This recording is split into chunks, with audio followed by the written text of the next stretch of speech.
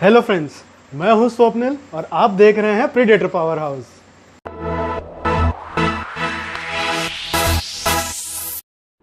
अगर आप सब लोगों ने अभी तक के अगर मेरे चैनल को सब्सक्राइब नहीं किया है तो तुरंत सब्सक्राइब कर लीजिए एंड वो बेल आइकन को भी हिट कर दीजिए ताकि जब भी मैं मेरे न्यू एपिसोड के साथ इस चैनल पे आऊँ तो आपको तुरंत नोटिफिकेशन मिले और आप सारे वीडियोस का लाभ उठा पाएँ।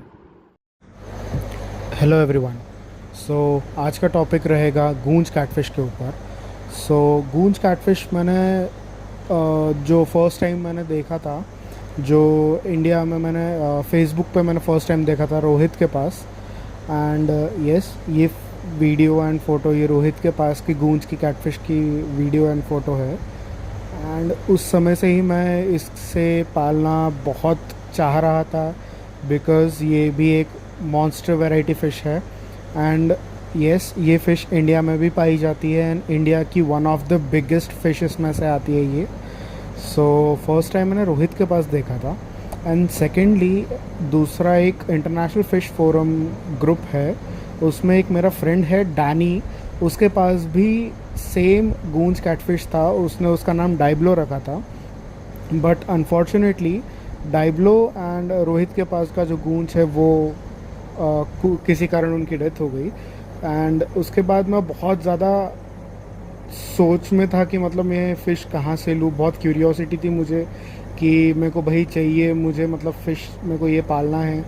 And then one fine day मैंने लोकल फ़िश स्टोर में मैंने इसे देखा लाइव कि वो कैसे रहता है। तो वो टोटली मतलब वो बेयर बॉटम टैंक में वो नॉर्मली बस एक जगह ही बैठा हुआ था। तो मैंने शॉपकीपर से पूछा, भाई ये ज़िंदा है कि मर गया?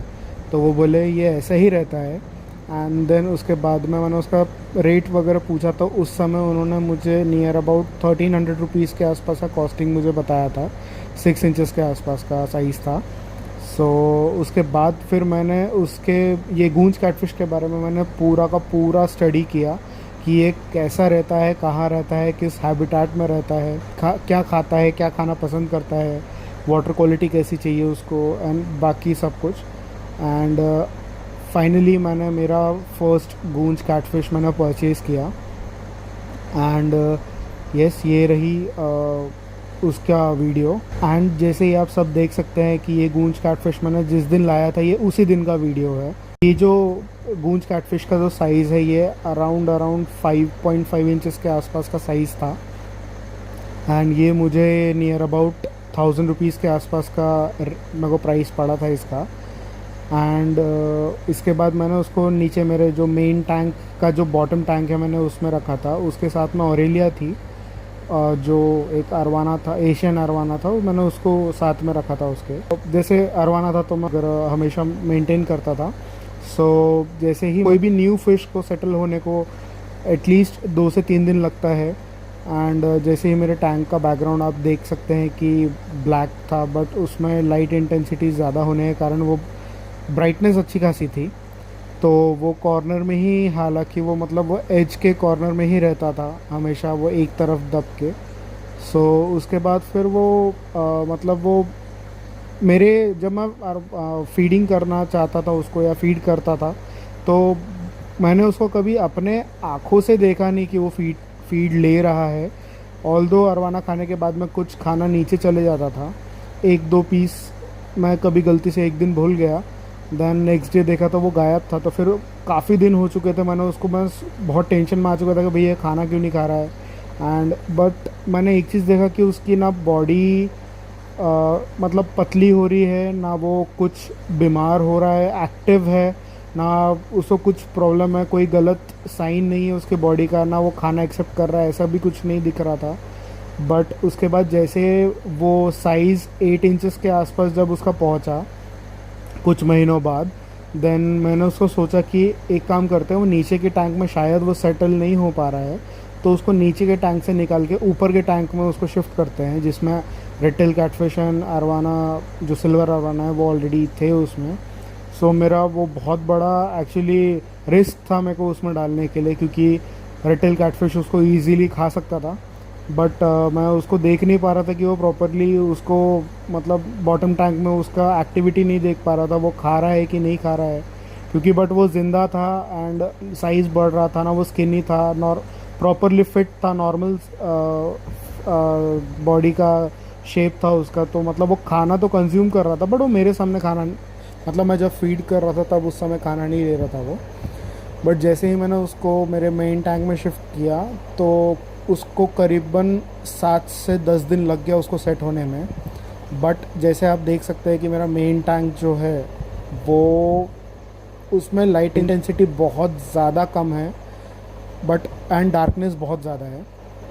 एंड यस, जैसे कि इन्हें नेचुरल हैबिटेट में जैसे डार्कनेस में रहना बहुत पसंद है, सो इसे मतलब वो बहुत इजीली सेटल हो गया।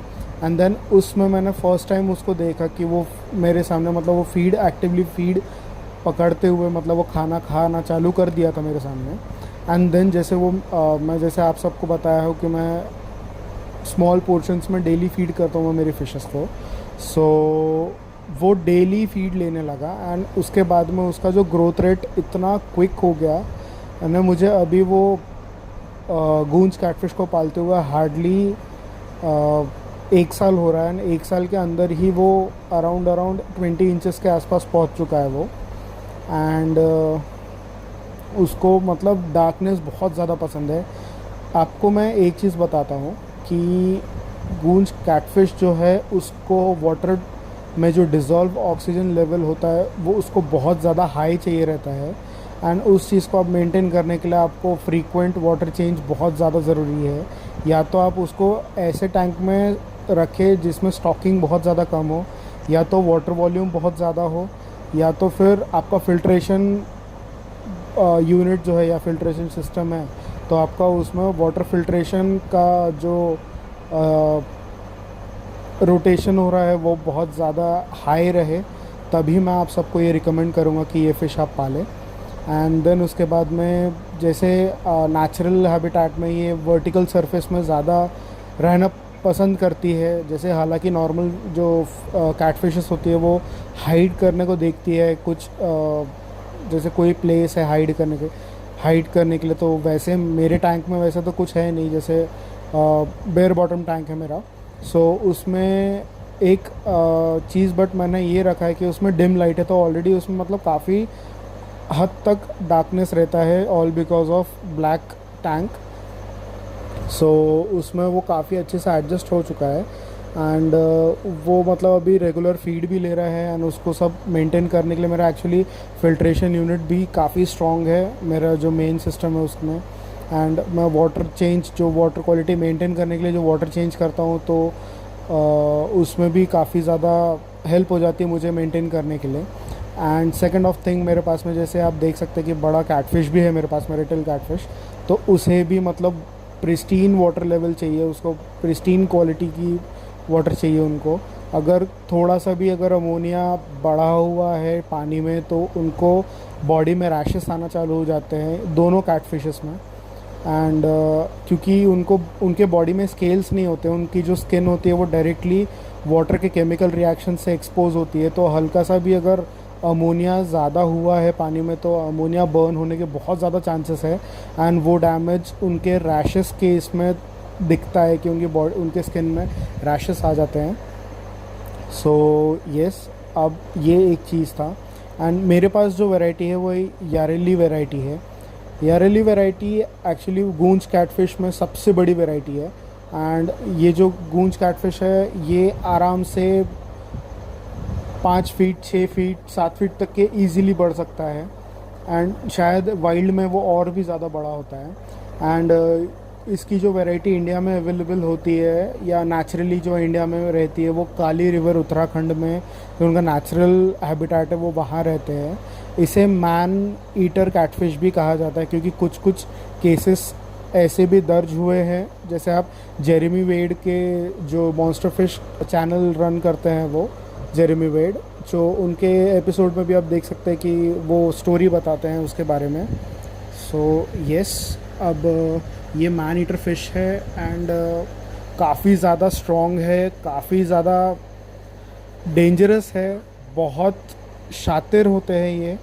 और छुपा रुस्तम एक्चुअली ये दिखने में बहुत स्वीट इनोसेंट जैसे दिखते हैं, मतलब कुछ हार्म नहीं करेंगे शायद कोई फ़िश को ऐसा वैसा, बट नॉकटर्नल फ़िश होने के कारण जैसे ही अंधेरा ज़्यादा बढ़ जाता है या फुल डार्कनेस हो जाता है, ये पूरे टैंक में एक्टिव हो जाते हैं। एंड जैसे आप अभी देख सकते हैं वीडियो में कि ये एक ही तरफ बैठा हुआ है, बट वो एक ही तरफ बैठने का रीज़न बस यही है कि अभी टैंक में लाइट आ रही है। अब जैसे ही मैं इवन अगर रूम की लाइट्स ऑफ कर दूँ, एक्वेरियम की लाइट्स ऑफ कर दूँ, तो वो पूरे टैंक में घूमते हुए दिखेगा। ये चीज़ मैंने तब देखा है, तब जब कि मैंने मोबाइल्स के फ्लैश लाइट से मैंने चेक करा कि भैया वो एक्टिविटी उसकी लाइट बंद होने के बाद होती है क्या।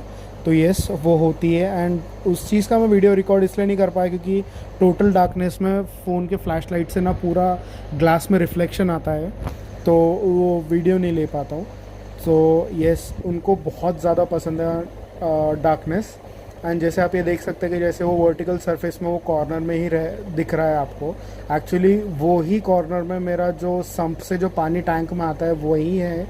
एंड उनको फ्रेश वाटर जहाँ से रन होता है, मतलब उनको वाटर करंट जहाँ मिलता है वो वहाँ पे रहना ज़्यादा प्रेफर करते हैं नेचुरली। सो मेरा टैंक में वो एक स्पॉट है जहाँ पे वो रहना पसंद करता है थ्रू आउट द टाइम।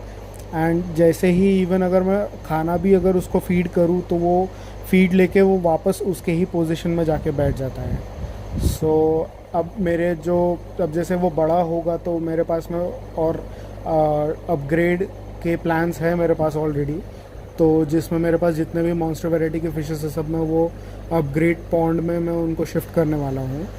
सो आज का एपिसोड बस गूंज के ऊपर यही था। आई होप आप सबको ये इंफॉर्मेशन यूज़फुल लगी होगी। Thank you everyone. जय हिंद।